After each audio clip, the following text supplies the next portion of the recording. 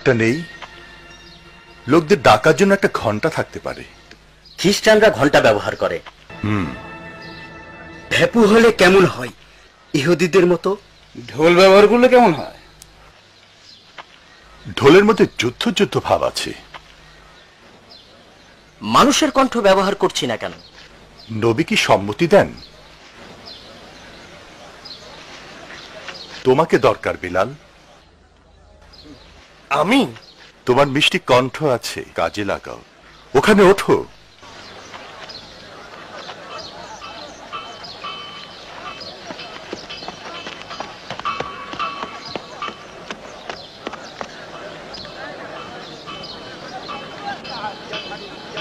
ডাকো, ডাক শুরু করো।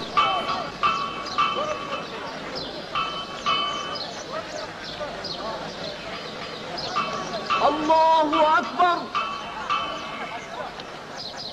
আল্লাহু আকবার, আল্লাহু আকবার,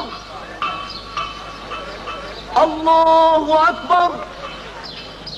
আশহাদু আন লা ইলাহা ইল্লাল্লাহ, আশহাদু আন লা ইলাহা ইল্লাল্লাহ, আশহাদু আন্না মুহাম্মাদার রাসূলুল্লাহ, أشهد أن محمد رسول الله. حي على الصلاة، حي على الصلاة، حي على الفلاح، حي على الفلاح. الله أكبر، الله أكبر، لا إله إلا الله.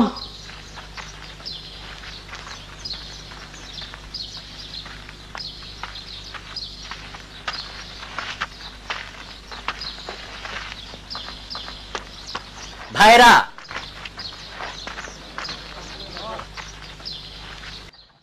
আজকে মদিনার একজন ভাই মক্কার একজন ভাইকে আলিঙ্গন করবে।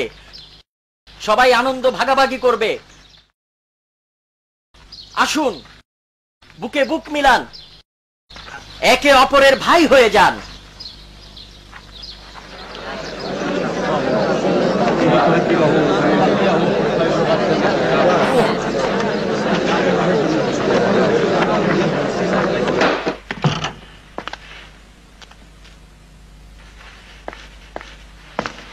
আর ভালো লাগে না ওই দাসদের ধরে ধরে চুমু খেতে।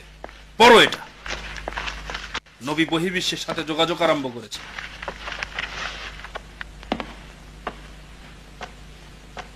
আমার ছেলে কি করছে? প্রার্থনা, ঠিক ঘোড়ার মতো।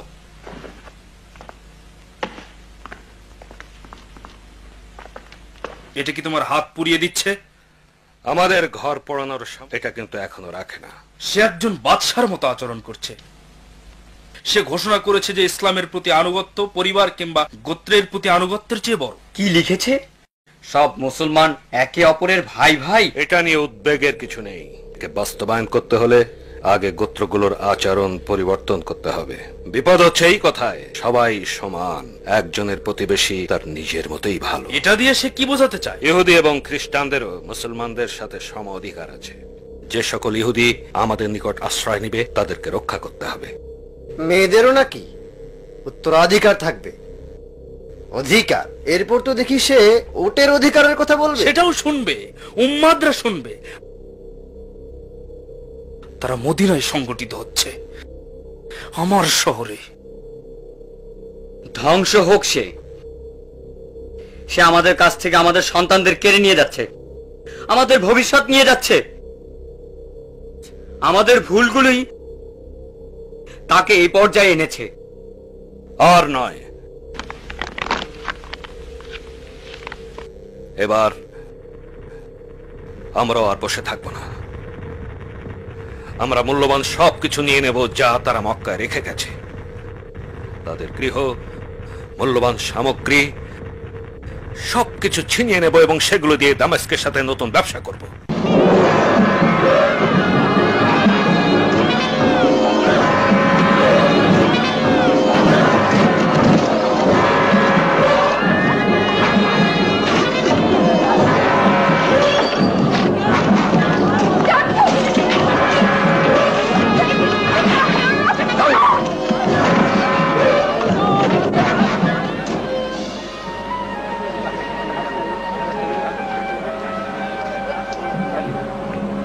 বন্ধুরা আমার কথা শোনো,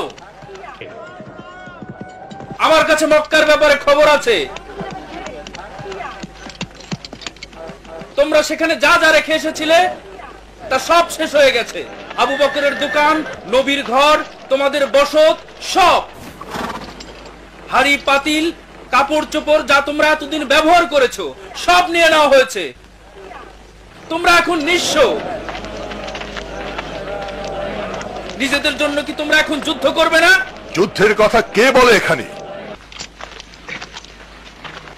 এছাড়া কি উপায় আছে হামজা?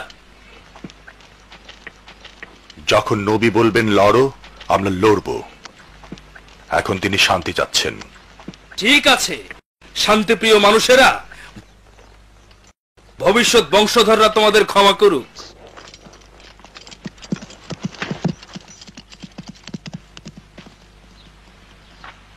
আপনারা কাজে যান।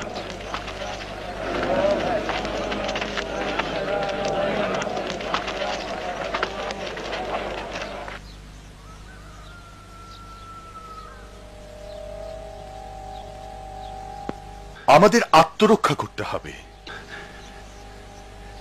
আপনি আল্লাহর রসূল, তারা অপমান করলো, রক্ত ছড়ালো, আমরা কিছুই করলাম না। মার খেতে খেতে আমাদের পিঠ দেয়ালে ঠেকে গেছে, কিন্তু ওদের নেতৃত্ব দেয় লিপসা, আর আমাদের নেতৃত্ব দেন আল্লাহ এবং আপনি। আমি জানি আপনি তরবারি কতটা ঘৃণা করেন, কিন্তু আমাদেরকে যুদ্ধ করতেই হবে।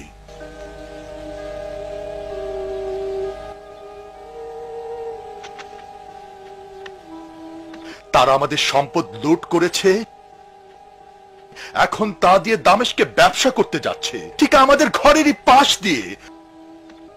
আমি বলি আল্লাহর ওয়াস্তে তাদের আক্রমণ করি।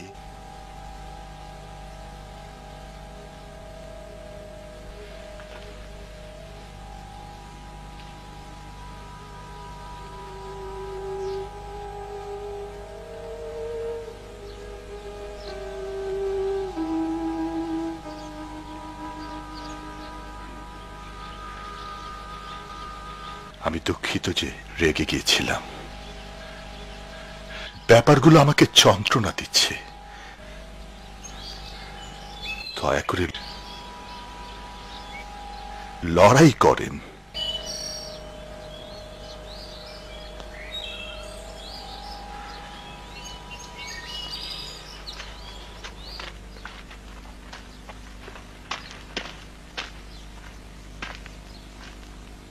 পথ দাও।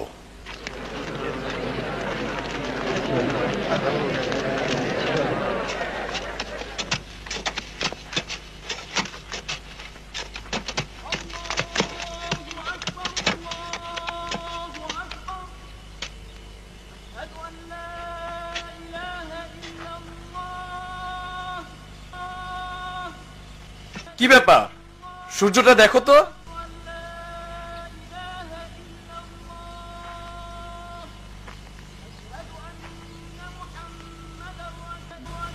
আমাদের সময় তো হয়নি।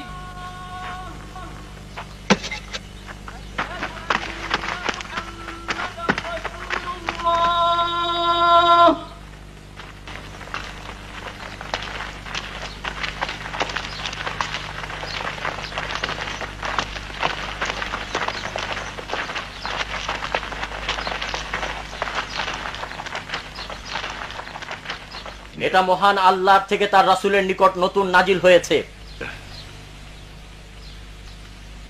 লড়াই করো, লড়াই করো আল্লাহর রাস্তায়, যুদ্ধ করো তাদের বিরুদ্ধে যারা তোমাদের বিরুদ্ধে যুদ্ধ করে। তাদের বহিষ্কার করো যেখান থেকে তারা তোমাদের বহিষ্কার করেছিল। যেহেতু হত্যার চেয়ে নির্যাতন খারাপ, তাই যুদ্ধ করো যতক্ষণ না নির্যাতন থেমে যায়। যুদ্ধ করো আল্লাহর জন্য। আর তারা যদি থেমে যায় তাহলে যুদ্ধ করার দরকার নেই, কারণ আল্লাহ যুদ্ধ কখনো পছন্দ করেন না। তাই যুদ্ধ করো আল্লাহর রাস্তায়, যুদ্ধ করো তাদের বিরুদ্ধে যারা তোমাদের বিরুদ্ধে যুদ্ধ করে। আল্লাহু আকবার। আল্লাহু আকবার।